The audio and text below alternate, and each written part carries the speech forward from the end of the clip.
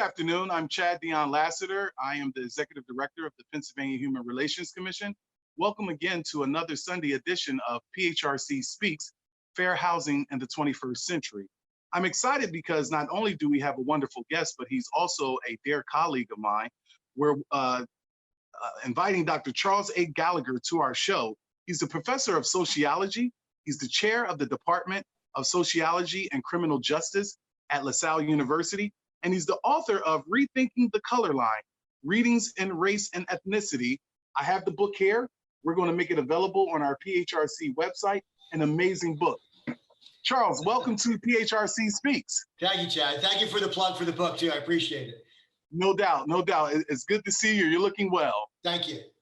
So I'm excited to have you in this space today as we talk about housing discrimination. And right off the bat, if you could share with our viewing audience, what is the current climate of housing discrimination and what should be done in your earnest opinion? Yeah, I'm glad you started off with that there is housing discrimination. This is not something that we have been able to fully address. Although I think there have been good faith efforts by the government, I think that most of them have failed to some extent. And I think that we need to put housing discrimination in kind of a larger historical context. I think it's important. Also, what's going on right now. You know, I mean, we don't have to tell our viewers, but we're in the midst of a crisis, obviously, pandemic. But in terms of housing, it's like it's almost a crisis on top of a crisis on top of a crisis, right? We have a housing crisis. We have had an affordable housing issue in the United States for decades. It's gotten worse, and it's gotten worse in large cities because big cities like Philadelphia, the great city, is gentrifying, and people are getting displaced. So we have that. There's 42,000 people on a waiting list right now for Philadelphia Housing Authority. So we have a crisis of housing, right? And then we also have Philadelphia, for example. 25% of the population is poor. They're at or below the federal threshold for poverty. And we have the dubious distinction of being the #1 city of the top 10 cities in the United States for its rate of poverty. We have the highest rate of poverty among the 10 biggest cities in the United States of America. And then, of course, the other crisis is COVID, which affects everyone, but of course it affects communities of color in a much more brutal way. And a lot of it has to do with housing. People don't associate with housing, but housing density becomes one proxy of being exposed to COVID or not. If you live in a suburb, in a big 4,000 square foot house with you and your wife and one child, and your neighbors are far away, you're just not going to be exposed to people as much. Yeah. If you live in a dense neighborhood, right? So there's housing discrimination. It's particularly acute right now because what's playing out in the United States. Wow. Thank you for unpacking it for us. Why is the Fair Housing Act of grave importance now more than ever, in your opinion? Yeah, and I think this gets back to your first question about discrimination. You know, the Fair Housing Act comes online in 1968. We all know, you remember George Romney, Mitt Romney's father. You know, and I think that the Fair Housing Act was extremely important because what it did, it was said that fundamentally that it was illegal for protected classes of individuals to be denied housing, be it your color, your sex, your religion, your ethnicity. Because really what the Fair Housing Act tried to do was rectify decades of housing discrimination that was really state policy. It was Philadelphia policy, it was state of Pennsylvania policy, it was federal policy. And, you know, our viewers would know them as redlining, right? We all know redlining, literally taking an ink marker and saying, we are not going to give money, we are not going to give loans to people in these communities. And of course, these communities were almost always Black and brown, often new immigrant groups, but they were starved of investment. They were starved of capital, right? So we had redlining, right? We had restricted covenants. As a matter of course, in your deed, the deed said, I will not sell this house to a Negro. I will not sell this person, Jews, Italians. So again, and then of course they were steering people out of neighborhoods, right? And of course, blockbusting. I mean, these are all different things that were basically legal forms of discrimination. And what the Fair Housing Act tried to do is saying, this is illegal and these things have to stop. Of course, it took time, as things do. for it to stop because it was illegal. But what happened was the damage was done. And, I ask my students when I do assignments, I will often ask them to drive through a neighborhood, to go from a suburb to the city and back again, and tell me what you notice. And they notice not just segregation in Philadelphia, hyper segregation, Yeah. 10, 15 blocks where everyone's black or everyone's brown. And then you cross City Line Avenue and it is literally lily white. And, my students, because they're 18, will say, well, people choose to live where they want to live. I'm like, well, no, there is an element of that, but that is not what's happening. These neighborhoods look the way they do because of what happened in 1930, and it's playing out today in 2020. And so the Fair Housing Act is extremely important because it empowers HUD, which became a department level, right? I think Johnson in 65 or something made it, its own agency. What they do is they enforce the law. And they do great things, quite honestly. They do things like a matching study or audit studies, pairing studies, we call them, right? And what I would do is I would get two couples, and one couple would be black and one couple would be white, and they look exactly the same on paper. They make the same income. They all graduated from LaSalle. They all have X amount of money in their bank accounts. They look on paper exactly alike, except the color of their skin. And they go in into a rental unit after rental unit, or a real estate agent. And what happens? And lo and behold, we're not surprised. Who is more likely to get seen a rental unit or be shown a property? It breaks by race. So Absolutely. So we know, not to go on, but we know that discrimination is still playing out, and the Fair Housing Act attempts to address that still. And I'm glad that you unpackaged that because when you talk about HUD, we actually have a federal contract with HUD. And when you just unpackage the whole aspect of an African-American couple, a white couple, or an African-American couple, could be Asian-American, Pacific Islander, what we do at PHRC is we do testing. And that's what you're really referring to. And that testing, that data comes back. And then what we have to do is we have to begin to investigate. And so one of the things that we're training our staff on is trying to, in context, understand the historical aspect of fair housing, like even positioning Dr. Martin Luther King as a fair housing advocate, leaving the South, coming up to the North and seeing that the colonies of despair and poverty, or what Doug Massey calls American apartheid, didn't only exist in the South, but it also existed in the North as well. And so that leads me to, we've been hearing a lot of information about the eviction moratorium and the things of that, the emergence of that. For our viewing audience, what's the potential impact of the eviction moratorium, and on whom does this impact have an effect on? Yeah, the eviction moratorium, which I was, the HEROES Act, we had the federal government coming on board saying that, by no fault of their own, 20 million, 30 million, 40 million people at one point or another during COVID lost their jobs. And again, we know that most Americans are hand to mouth, that the average American, if they lose their job, they're out on the street within 2 months, that most people don't have savings. And what the rule of thumb is that you're never supposed to pay more than 1/3 of your income in your rent or your mortgage, right? And anything over that, you start to basically get into what is kind of considered a precarious situation, right?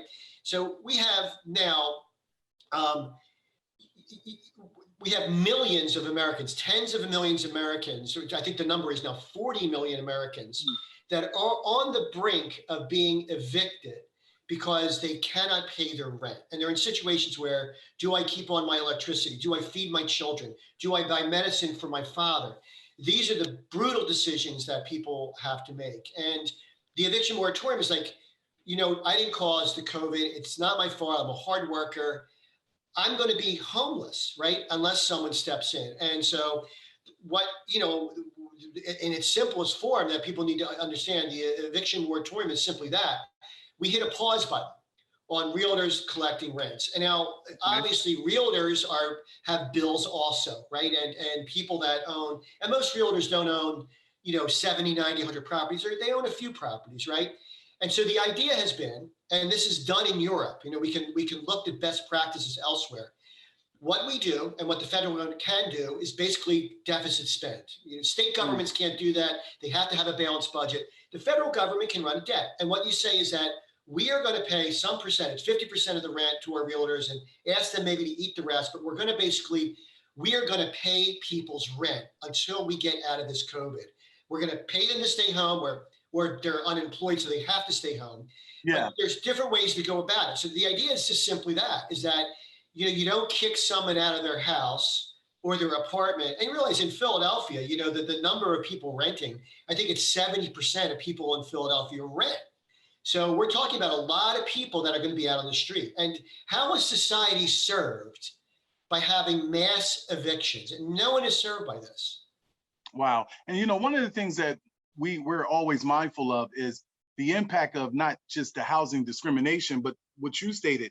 When these individuals are evicted, there are a lot of sociological perspectives that we need to add to, and also some of the psychological unfolding. So you're looking at the aspect of people maybe having to live in their cars, live in a shelter, generational living, and the impact that might have. When you talk about the housing aspect, when you look at spatial segregation, and all this, when we're looking at the fact that aspects of Philadelphia is a city of neighborhoods, and if you're living row house to row house and you have generations upon generations that are living in homes, the impact that might have on the moment we find ourselves in, which is coronavirus. And so with PHRC, one of the things that we're always mindful of is when someone files a housing complaint, and this is for the viewing audience as well, we want to look at them from a person and environment perspective. So we understand that they're coming to us and they've been discriminated against, and we're going to investigate that. We're going to look for a probable cause. Sometimes it's not probable cause, but we're going to do all those things that our investigative practices, procedures, and policies tell us to. But we're also concerned about how they're coping, because oftentimes we don't see that end of it, and we're starting to see that now play out with the encampment here in Philadelphia and various other places. One of the things I know, you being a professor and sociology in and of itself, is this aspect of agency and advocacy. And so one of the things that we're starting to look at with regards to housing advocates in the 21st century are those skill sets. Our job descriptions have actually changed, where we're looking for individuals who have a sociology background, someone who has a background in algorithms, someone that understands urban and city planning, architectural design, and things of that nature. Can you speak to the role of advocacy and the role that it plays in addressing housing shortage and housing discrimination? Yeah, that's a great question, Chad. And I'm glad the way you said it as you did, because I think that different people can bring different skill sets to the table. So a social worker might bring something different to the table because they're concerned about mental health issues. There's a whole host of things, and someone that understands the housing market. So they bring different things to the table. But I think what they essentially do, I think that there is an element of rabble rising, and I think that, I watched what's happening on the Parkway, and there were a number of housing advocates that I thought they were really doing great work, and they were doing it in ways that some people didn't like. It was a little loud. It was a little boisterous. It had the kind of hallmark of social protests of the 60s. But you know what it did? It gave voice to people that are typically voiceless. And it got picked up by all of our big stations, 610, 3, 29. They were there all the time. And now all of a sudden, people were saying, wow, I didn't know. I think a lot of Americans, that are comfortable and they have good hearts, and they didn't know. They said, wow, I didn't realize the housing crisis was as bad as it was. So, raising awareness is number one, right? Because people say, I didn't know, right? So, but I think that the advocacy, and I think it's a great question about agency versus advocacy.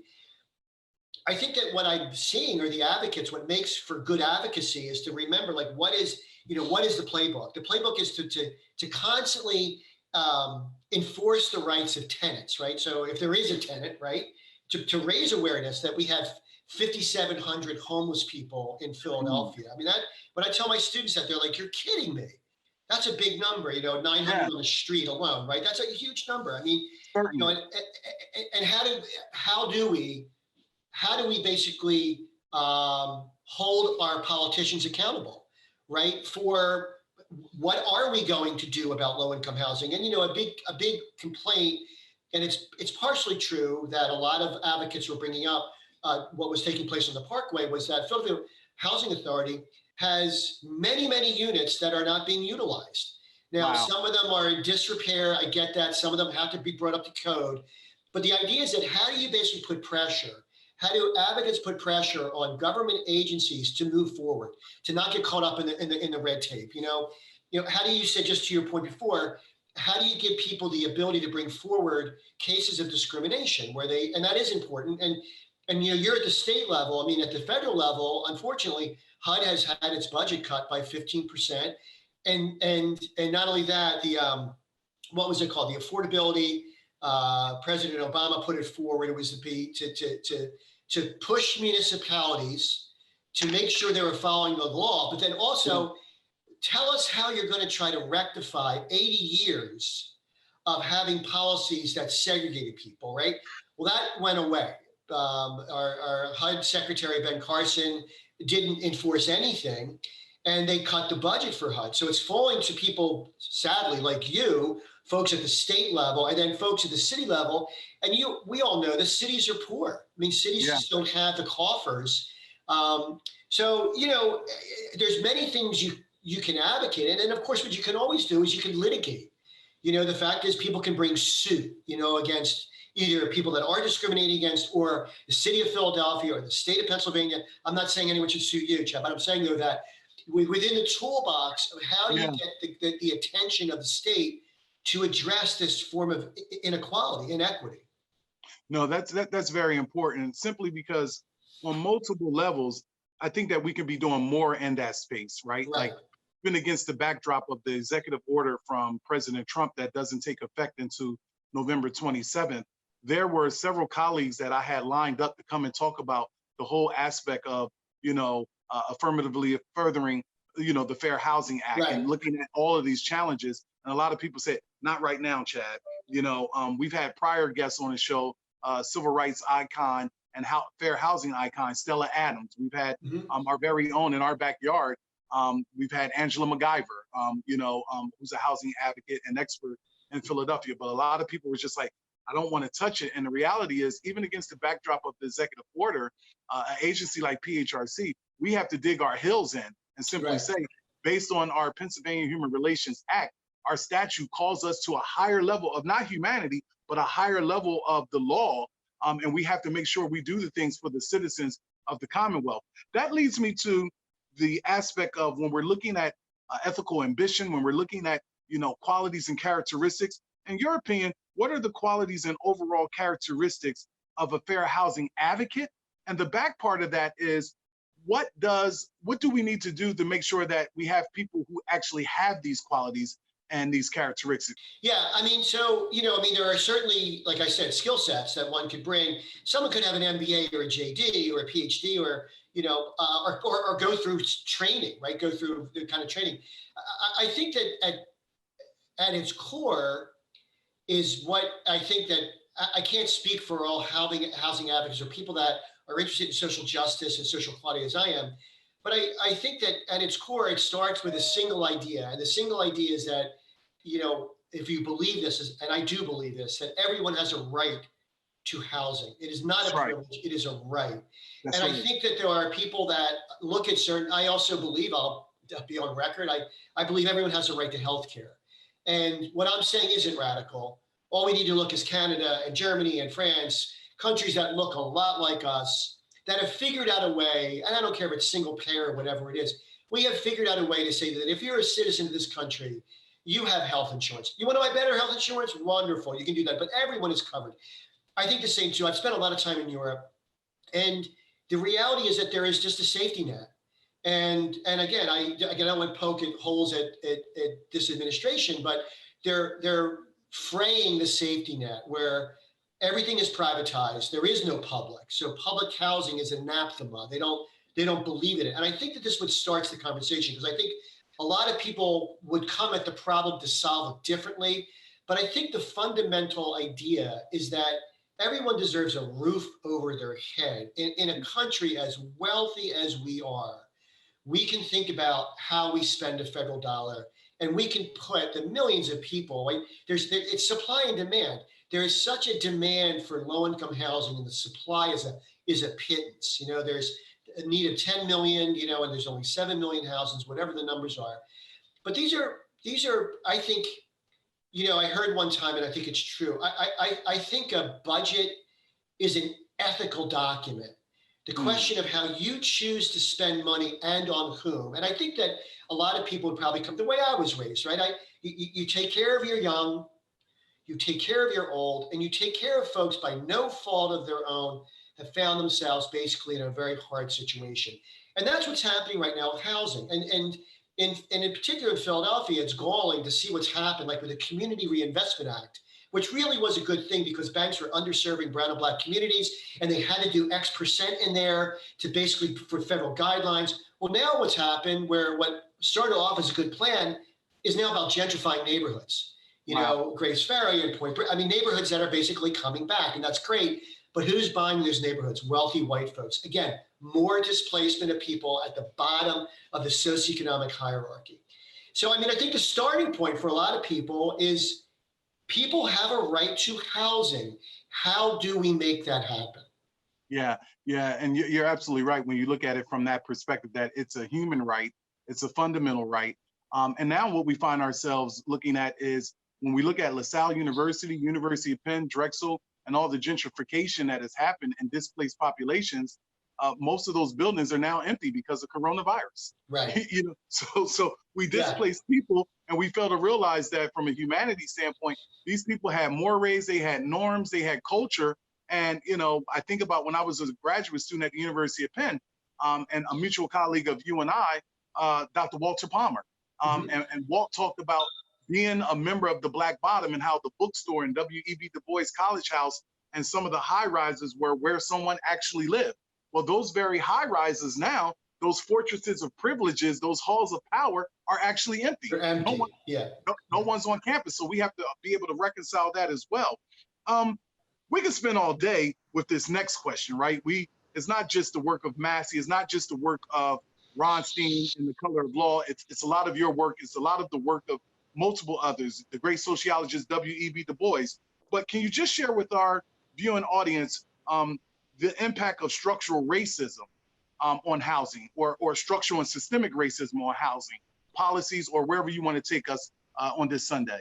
Yeah, you're right. We could have our own next 30 minutes on this question, but you know, I think it's very important to look at it structurally. And obviously, sociologists like to look at the kind of bigger picture.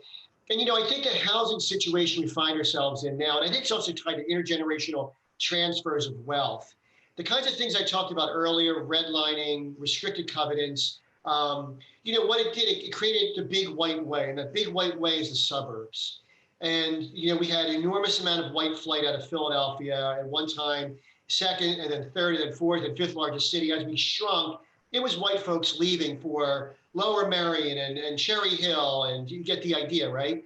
That was the single greatest giveaway to white America when you pair it with the GI Bill, right?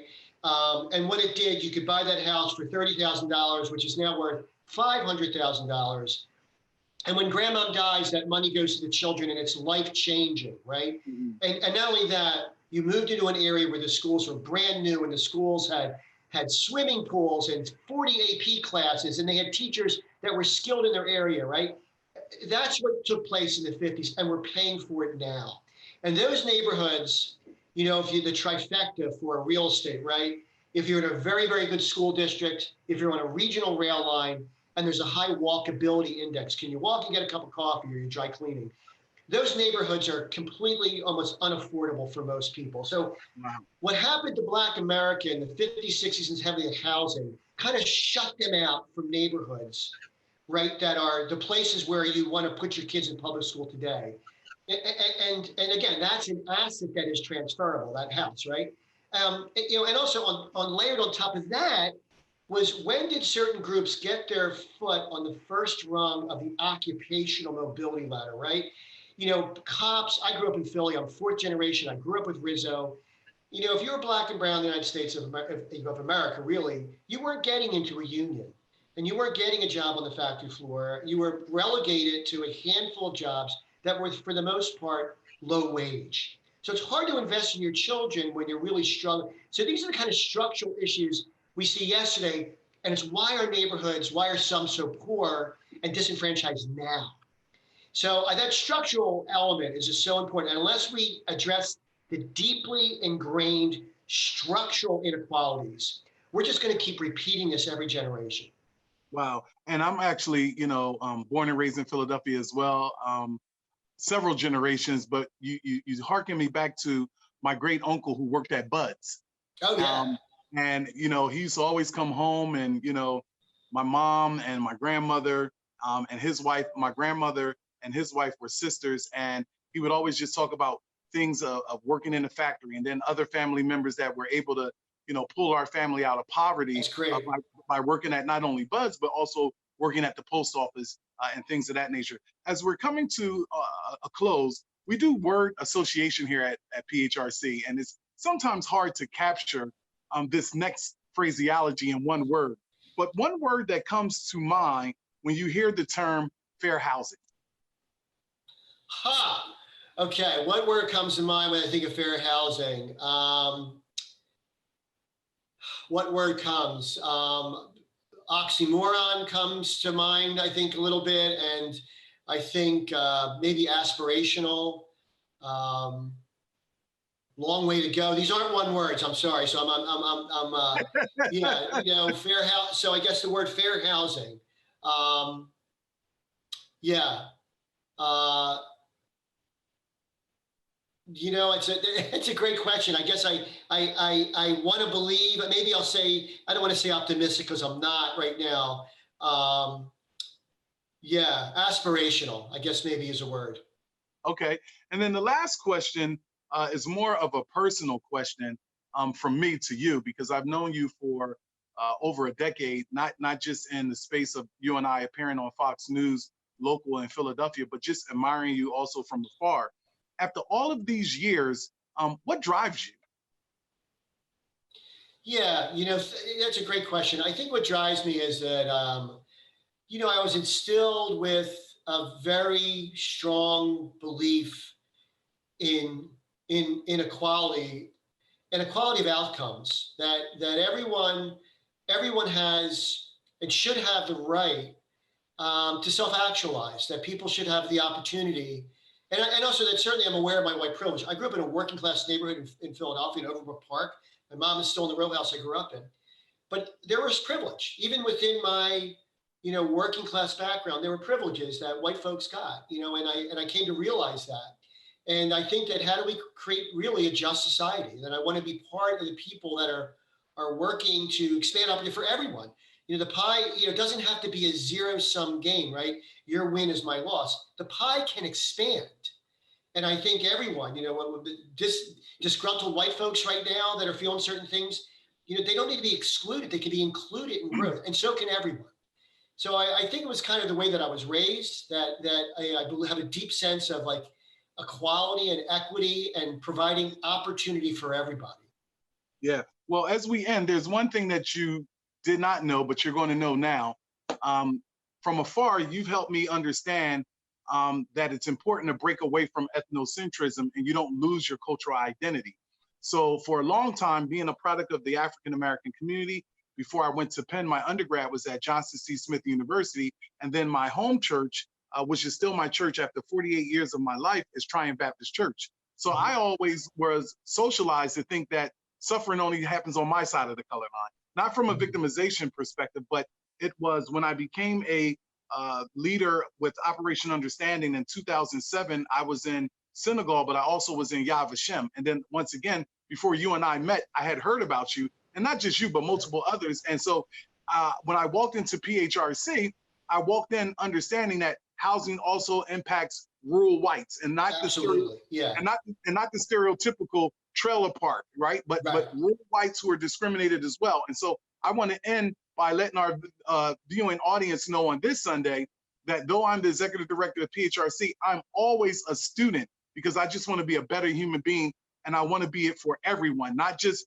on my side of the color line, my side of the gender line, but of all humanity. So I want to thank you, Dr. Gallagher, for being with us on this Sunday and continue to aspire to greater heights and continue to inspire emerging or right now change agents like myself and so many others. Thank you so much. Thank you for having me. You have a great Sunday.